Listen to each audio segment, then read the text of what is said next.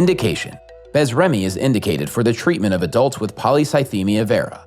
Important safety information. Warning: risk of serious disorders. Interferon alpha products may cause or aggravate fatal or life-threatening neuropsychiatric, autoimmune, ischemic, and infectious disorders. Patients should be monitored closely with periodic clinical and laboratory evaluations. Therapy should be withdrawn in patients with persistently severe or worsening signs or symptoms of these conditions. In many, but not all cases, these disorders resolve after stopping therapy. Hello, my name is Abdulraheem Yacoub. I'm a professor of medicine at an NCI-designated comprehensive cancer center in the Midwest. I specialize in myeloproliferative neoplasms, including polycythemia vera, otherwise known as PV. For the last 15 years, I had the opportunity to be an investigator on several pivotal polycythemia vera clinical trials. Patients living with PV are classified as either high risk or low risk, the latter of which are typically patients younger than age 60 years who have not yet had a thrombotic event. The label low risk may sound like low urgency, but even low risk PV patients may suffer challenges both clinically and in daily life. Many low risk patients today are managed with phlebotomy and aspirin as a standard of care. While phlebotomy lowers hematocrit, it does not address other aspects of the disease like the white cell count and platelet counts or symptoms, nor does it impact the disease at its source. Frequent phlebotomies, typically 3 or more per year, have been linked to higher thrombotic risk in observational studies and can be disruptive for patients. That's why the low PV study was conducted, to see if low-risk PV patients could benefit from early cytoreduction with BESREMi. BESREMi is a monopegylated interferon that targets the source of PV in the bone marrow to change the course of the disease. In the NCCN guidelines, ropeginterferon alpha 2b NJFT is a preferred first-line cytoreductive therapy option for low-risk symptomatic PV patients. It's preferred over hydroxyurea or HU in this patient population. This recommendation reflects the strength of evidence supporting BESREMi for low-risk PV. Before we review the data of the low PV study, let's take a look at the pivotal PEGIN-VERA clinical trial of BESREMi in PV patients. This study included both low-risk PV and high-risk PV patients. The PEGIN-VERA study was a multi-center, single-arm trial conducted to evaluate the dosing, tolerability, and efficacy of BESREMi in patients with PV. The study duration was 7.5 years. In this study of 51 patients, BESREMi achieved an 80% complete hematological response rate, defined as no phlebotomy in the last 2 months, hematocrit under 45%, a white blood cell count under 10,000, and a platelet count under 400,000. 61% of patients achieved comprehensive disease control, defined as no phlebotomy in the past 2 months, hematocrit under 45%, a white blood cell count under 10,000, a platelet count under 400,000, normal spleen size, and absence of thromboembolic events. In the PEGIN-VERA study, 95% of adverse reactions were grade 1 or grade 2. The most common reported adverse reactions were influenza-like illness, arthralgia, fatigue, and pruritus. These results back BESREMi as a valuable first-line cytoreductive option across patient types.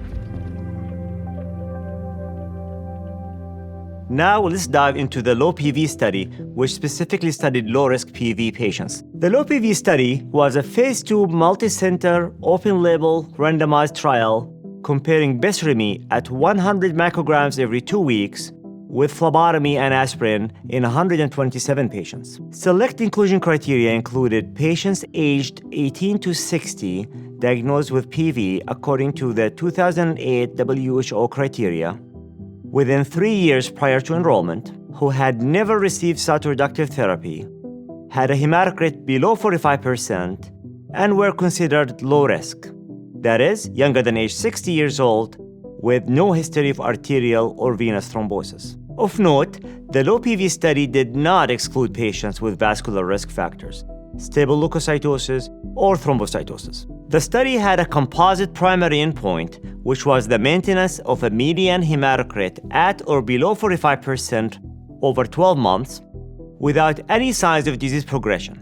The definition of disease progression per the study protocol was in line with the NCCN guidelines and included progressive splenomegaly, elevated platelets, or elevated white blood cell counts, PV-related death, and PV-related non-fatal events such as vascular or major bleeding complications. Select secondary endpoints looked at reduction in white blood cell count, reduction in platelet counts, reduction in phlebotomy, and improvement in total symptom score. These were assessed at 12 months and again at 24 months. Patients were randomly assigned one-to-one to receive either BESREMi on top of phlebotomy and aspirin or phlebotomy and aspirin alone in 64 patients and 63 patients respectively. All patients were treated with phlebotomy and low-dose aspirin at 100 milligrams daily, if not contraindicated. Patients in the treatment arm received BESREMi at 100 micrograms every 2 weeks on top of phlebotomy and aspirin. This differs from the dosing outlined in the prescribing information. Patients were observed monthly and given phlebotomy to maintain a hematocrit below 45%.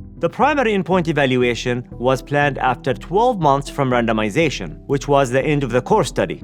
An extension phase of an additional 12 months of follow-up was scheduled, allowing for patients who did not meet the primary endpoint to cross over to the alternative group. A total of 116 patients continued into the extension phase. 11 did not participate due to early disease progression, withdrawal of consent, or adverse events. Patients who did not respond to BESREMi crossed over to phlebotomy and aspirin for the lack of hematocrit control, while non-responders to phlebotomy and aspirin crossed over to BESREMi due to inadequate hematocrit control or thrombocytosis. It's important to note the limitations of the study, which included the short follow-up period and the lower than planned number of patients because of the adaptive study design. In this regard, the sample size modification did not affect the estimate of the primary research question, which was also confirmed in the extension phase. However, it cannot be excluded that it might have influenced the detection power for late occurring secondary outcomes.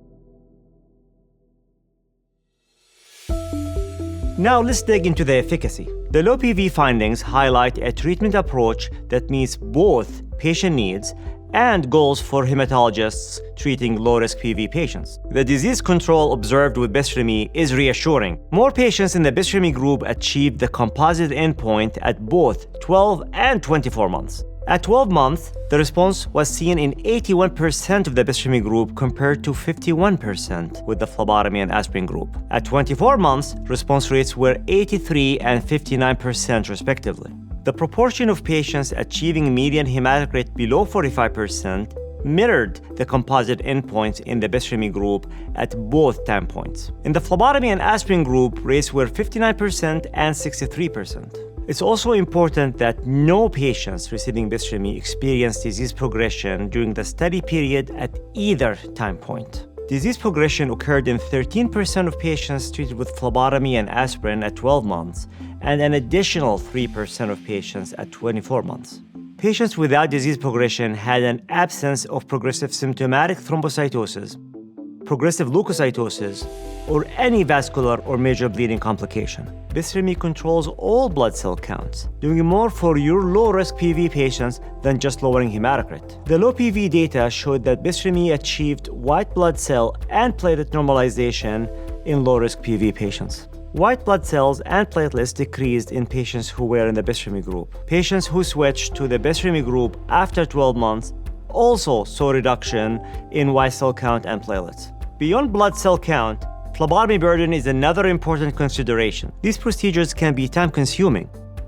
And as I mentioned earlier, frequent phlebotomy can increase thrombotic risk for patients. In the low PV study, BESREMi reduced the need for phlebotomies. At 24 months, patients treated with BESREMi required fewer phlebotomies on average than those receiving phlebotomy and aspirin alone, 1.5 versus 1.9 per patient, a 21% reduction. And lastly, symptom control is an important treatment goal, because even when counts look controlled, many patients with PV continue to experience the burden of symptoms. BESREMi demonstrated improvement in symptoms during the low PV study, assessed through the myeloproliferative neoplasm symptom assessment form total symptom score. At baseline, 39% of patients receiving BESREMi reported moderate or severe symptoms. After 12 months, that number decreased to 33%. By comparison, patients managed with phlebotomy and aspirin saw no improvement. Symptoms actually increased from 43% at baseline to 67% after 12 months. Now let's switch gears and look at the safety results. In the low PV study, BESREMi demonstrated manageable adverse event profile, and most of the side effects were mild or moderate. The most common adverse reactions reported in 10% or more patients treated with BESREMi on top of phlebotomy and aspirin were neutropenia, flu-like symptoms, and leukopenia. Therapy discontinuation with BESREMi occurred in 8% of patients due to adverse events of hypertransaminasemia, neutropenia, persistent itching, nausea and asthenia, metorrhagia, and hyperthyroidism. Grade 3 and 4 neutropenia were reported in 9% of patients on BESREMi. Hypertransaminasemia and hypertriglyceridemia occurred in 9% and 7% of patients on BESREMi, respectively. These adverse reactions were not reported in the control group. Grade 3 and 4 adverse events occurred in 9% of patients receiving BESREMi on top of phlebotomy and aspirin, and 8% of patients receiving phlebotomy and aspirin only. Overall, the safety profile was consistent with prior BESREMi clinical trials and very much similar to what I see in my own practice. As our understanding of PV evolves, earlier intervention with cytoreduction is key, helping us better control disease and address patients' needs from the start. And low-risk PV is no exception. Ropeginterferon alpha-2b NJFT is listed in the NCCN guidelines as a preferred first-line cytoreductive therapy option for symptomatic low-risk PV, preferred over hydroxyurea. The low PV study shows that BESREMi on top of phlebotomy and aspirin achieved white blood cell and platelet normalization, reduced need for phlebotomies, and showed improvement in patient-reported symptoms compared to phlebotomy and aspirin alone. As I discussed earlier, BESREMi controls all blood cell counts, doing more for your low-risk PV patients than just lowering hematocrit. This evidence underscores a pivotal shift in how we approach the standard of care for PV. As clinicians, we should consider BESREMi for patients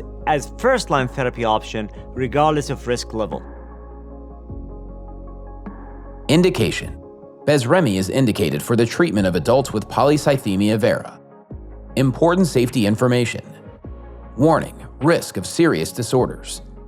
Interferon alpha products may cause or aggravate fatal or life-threatening neuropsychiatric, autoimmune, ischemic, and infectious disorders. Patients should be monitored closely with periodic clinical and laboratory evaluations. Therapy should be withdrawn in patients with persistently severe or worsening signs or symptoms of these conditions. In many, but not all cases, these disorders resolve after stopping therapy. Contraindications: existence of or history of severe depression, suicidal ideation, or suicide attempt. Hypersensitivity to interferons or any inactive ingredients.